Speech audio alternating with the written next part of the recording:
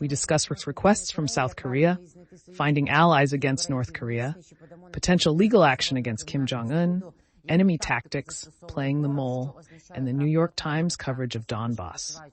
We're currently addressing these challenges. Oleksandr Musienko, head of the Center for Military Legal Studies. Alexander, congratulations. Zelenskyy, in an interview with South Korean KBS, stated that Ukraine may seek an arrest warrant from the International Criminal Court for North Korean dictator Kim Jong-un if the North Korean army uses military force against Ukrainian citizens.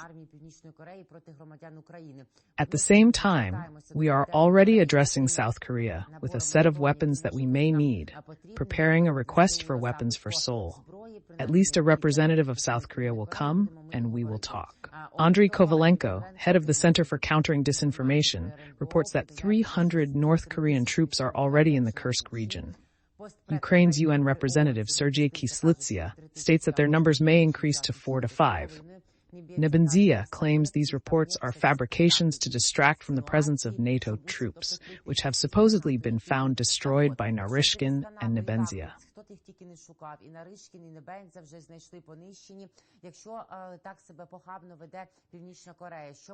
What should South Korea do in response to North Korea's actions, and what allies can it find to counter this threat, as Zelenskyy suggests? This is a challenge to global security, not just Ukraine's. Globally, we see that the situation in South Korea is stable. They held large-scale exercises with the United States, where Lloyd Austin, the U.S. Secretary of Defense, was present.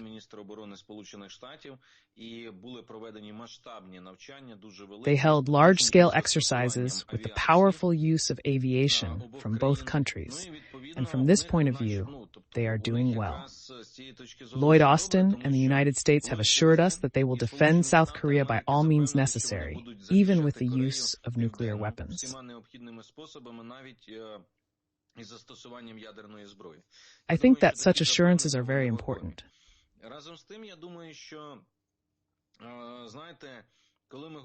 In many ways, the attention is directed there, and the United States may even be directed even more, because the China factor and the North Korea factor are relevant. We understand this, but at the same time, I believe that as of today, as far as South Korea is concerned, the issue is globally closed. They will not have any problems. That is, at least for the moment, the issue of supporting Ukraine and supporting Ukraine should be that we get enough help.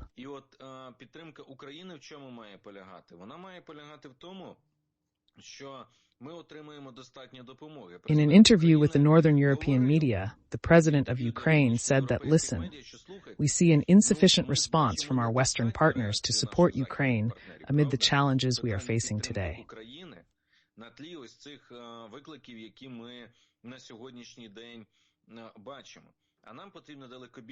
We need long-range weapons to prevent the enemy from advancing, especially regarding North Korea and the emerging axis of evil. The president emphasized that we are not calling for troop deployment to avoid escalating the conflict. We are being careful to avoid raising this issue with our partners.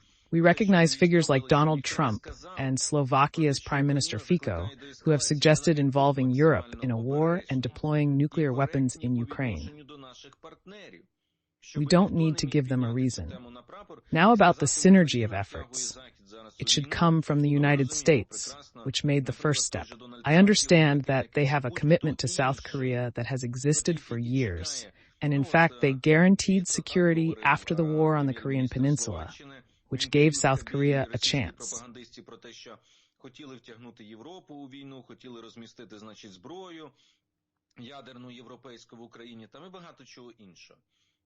Now they are in Seoul, there is a military base, and I have no doubt that if it is attacked, the United States will respond.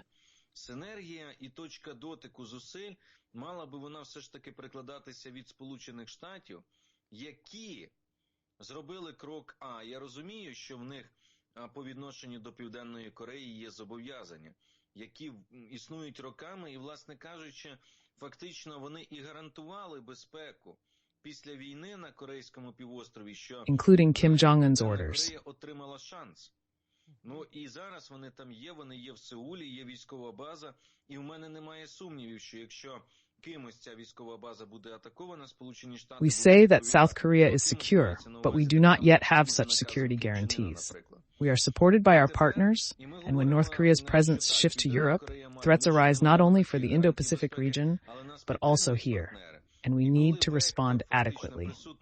This means supporting Ukraine as well as South Korea. То, відповідно, загрози не тільки для Індо-Тихоокеанського регіону. Загрози вони вже і тут. І на них треба адекватно відреагувати. А адекватно це підтримати Україну. The next point is that we must clearly understand that South Korea is now absolutely protected. Ми ж повинні чітко розуміти, що зараз Південна Корея абсолютно захищена. They have an army, they have their own forces, they have U.S. guarantees. But let's assume that 10,000 North Koreans will come to Russia to study, then another 20,000. 10,000 will take part in combat operations. Perhaps not everyone will die or surrender. Some will return, officers, combat teams, etc., having gained experience in 21st century warfare, which is very important, using drones, ray guns, and so on. We have to realize that this could be a completely different quality force that could challenge South Korea even then. Це ж, в принципі, може бути значно інша за якістю сила, яка вже тоді може кинути виклики Південній Кореї. Тому все дуже пов'язано. Therefore, everything is very much connected. And when we turn to South Korea, it is good that a decision has been made to exchange delegations. We discussed this with you as well, and this is the right decision, because when we talk about communication and interaction, it needs to be strengthened in this way, by exchanging representatives and delegations. This is important.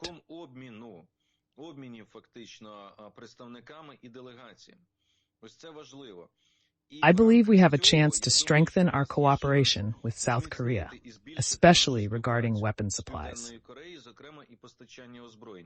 I do not exclude that official Seoul statements are related to the fact that South Korea needs, let's say, approval and a decision from the United States to transfer certain types of weapons to Ukraine. In fact, these statements refer to the fact that South Korea may not mind using the United States as an intermediary country through which weapons and ammunition can be delivered to Ukraine directly through the United States.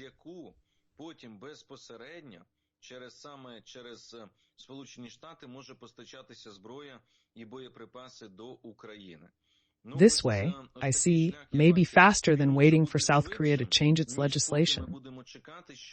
Південна Корея змінить законодавство, яке не дає їм на сьогоднішній день можливостей постачати зброю напряму, which does not allow them today to supply weapons directly to the states involved in the conflict.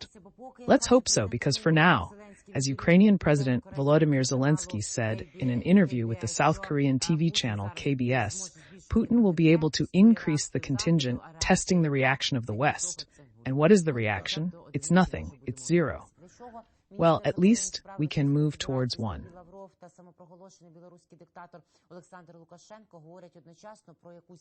Why are Russian Foreign Minister Sergey Lavrov and self-proclaimed Belarusian dictator Alexander Lukashenko simultaneously talking about a draw in the war, a ceasefire, and the Istanbul agreements?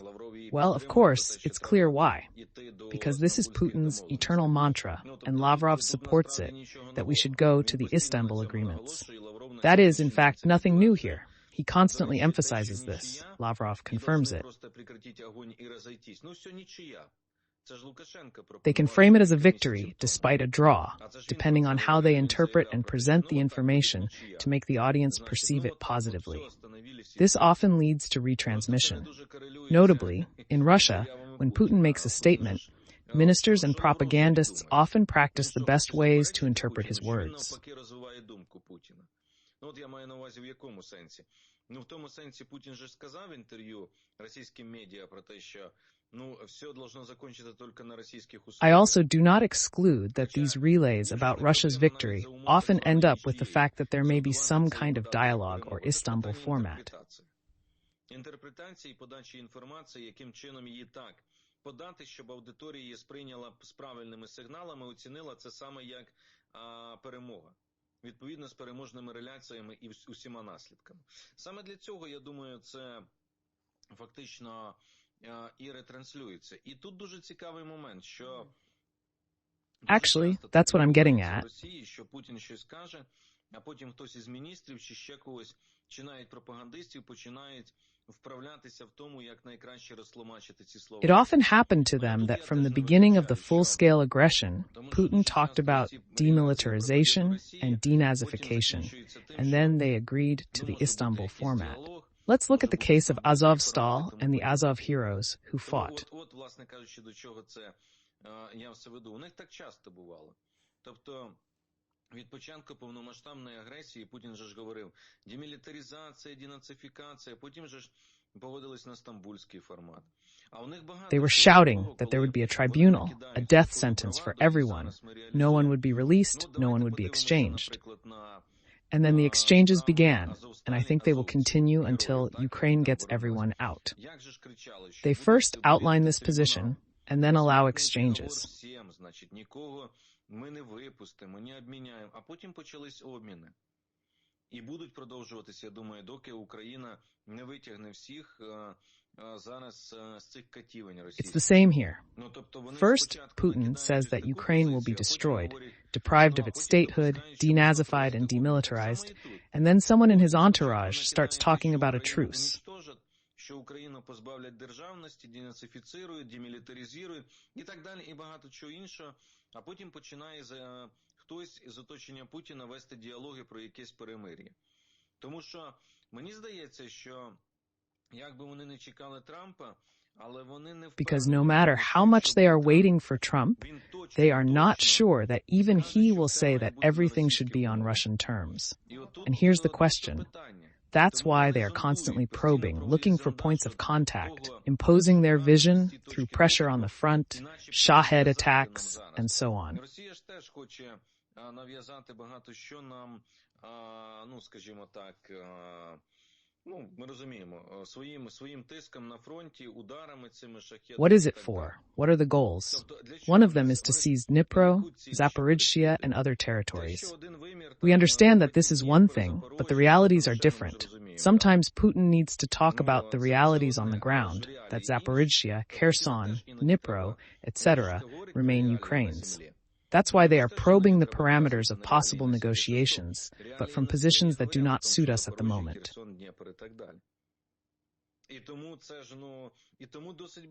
I don't know why, but they are probing the parameters of possible negotiations. I think that yes, it's just that the positions they want to take are absolutely not acceptable to us at the moment. Even with these DPRK troops, Ukrainian President Volodymyr Zelenskyy says that Putin is acting like a sapper in a minefield, probing the West's reaction and feedback to these negotiating tricks and more. We have already mentioned Zaporizhzhia. The spokesman for the Southern Defense Forces, Vladislav Voloshin, said that Russians are planning an offensive with armored vehicles in the area of Pryutny and Lavadny in Zaporizhzhia region. A day earlier, he said that we were conducting a stabilization operation there, but the Russians had concentrated 200,000 troops in the south and were intensifying their offensive near Lavadny.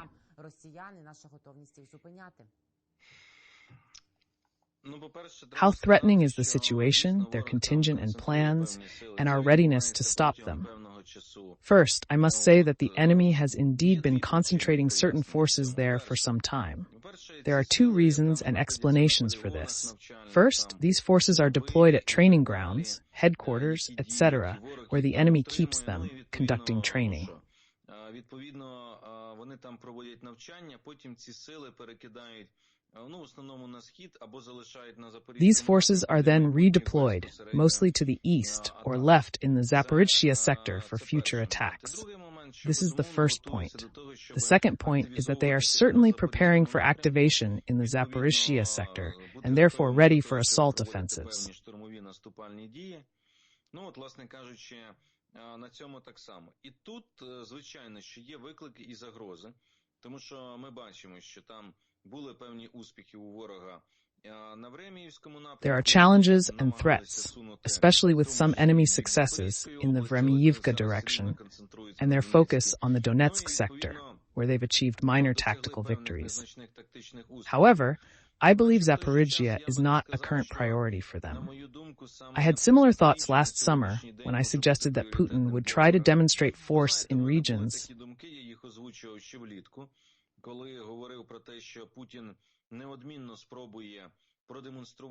like Zaporizhzhia and Kherson, especially before the Ukrainian peace summit.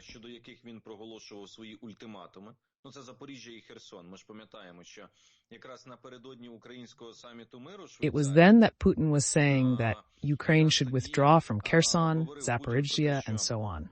But I can say that they tried to form certain forces, but they were prevented by the Kursk operation and other factors. Then they tried to advance again, but these attacks were repelled.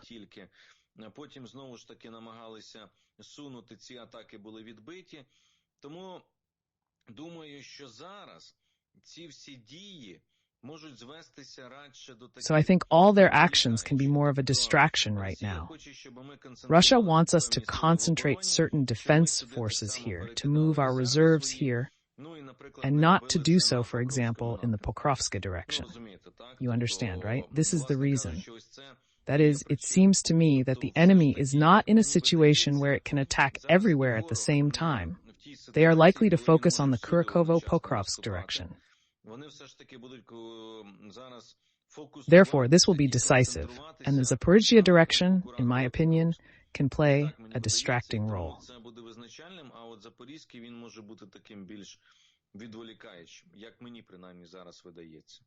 Pokrovsk, a little more than 6 kilometers from the city, is already panicking, and my friends and acquaintances of friends are panicking because it is only 20 kilometers from the Dnipro region, and it will actually remain. The New York Times reports that the stalemate at the front in 2023 set the stage for Russia's recent successes. Military expert Pasi Paroinen from Blackbird Group notes that Russia is using tactics similar to the game Mole, where new crisis points in defense arise faster than they can be addressed, allowing Russia to exploit weaknesses quickly. Mole is a popular arcade game where players hit a mole's head as it pops up from various holes. Figuratively, it describes a situation where attempts to solve problems are superficial, resulting in only temporary improvements. What tactics are the Russians using, and how threatening is the situation for Pokrovsk? Should my friends and their acquaintances in the Dnipropetrovsk region be concerned? There are other comparisons that can be made. Of course,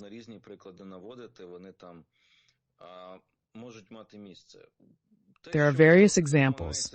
They may indicate that the enemy is trying to probe our defense. This is not a new tactic. We know it and observe it. They are trying to break through areas that the enemy thinks may be somewhat weaker. This is where the enemy can achieve some success. This is a clear tactic that the enemy is using and will probably continue to use. The second thing is to create crisis moments for us, to force us to maneuver our forces to be a little faster than we can now. The enemy is trying to outsmart us in this, taking advantage of the fact that we cannot always act quickly and maneuver units along the long front line, looking for problem areas.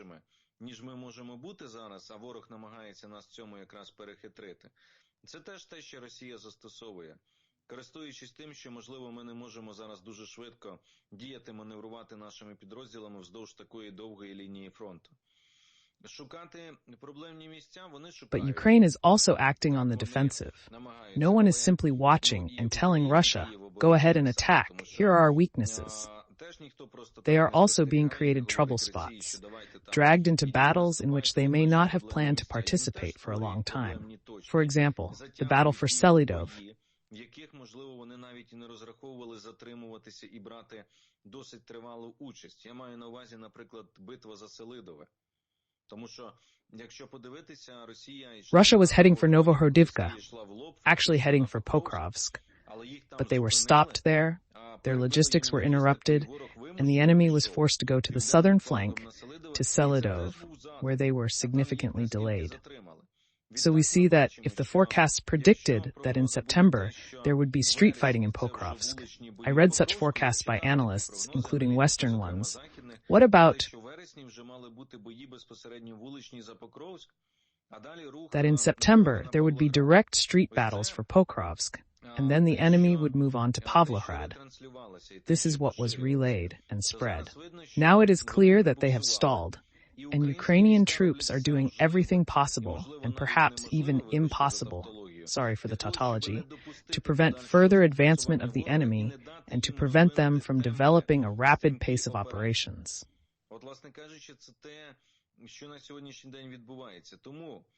So this is what is happening now. The coming weeks and months, I would even say, are the period of the battle for Kurakhove and Pokrovsk. Will Russia be able to semi-encircle or completely surround Pokrovsk by the end of the year? I doubt it, given their pace. Regarding the Dnipropetrovsk region, I will say this. The question of all regions where active hostilities are taking place has one answer. Do not ask if the enemy will come, but prepare to meet him, as Sun Tzu taught. In the case of Dnipropetrovsk Oblast, this means fortifications, well-fortified positions, and a clear plan for the oblast's defense. We are preparing for the possibility of enemy hostilities, but it's uncertain what will happen in the coming weeks or months. Kurakhove and Pokrovsk are still ahead, and they may remain stuck for a long time. It's unclear under what conditions they could leave, whether they will advance, or if they have any plans. We will, of course, keep a close watch on the situation.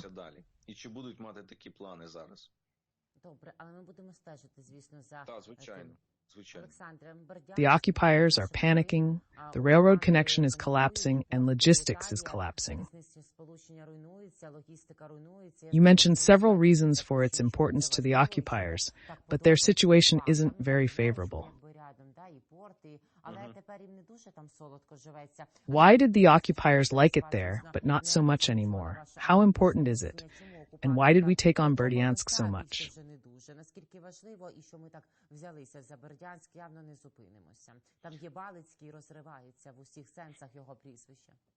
This narrow strip along the Azov Sea has long been favored by the occupiers for housing their headquarters, as it offers nearby entertainment infrastructure, especially in summer. The location is convenient, being by the sea and away from the front line.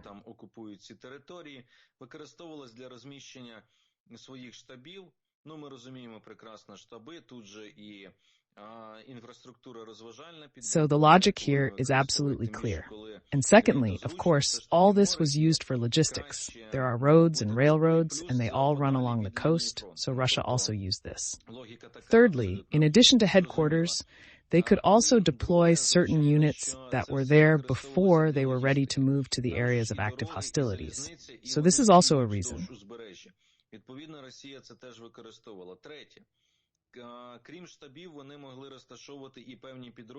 That's why, in fact, there is, firstly, the command of certain groups of troops, secondly, the logistics used to transfer military supplies, and thirdly, personnel who could concentrate, and different ones. And that's why, in fact, the strikes are being carried out. Plus, I would note that this work will become, let's say, more systematic, as it seems to me, strikes against the so-called operational rear of the enemy.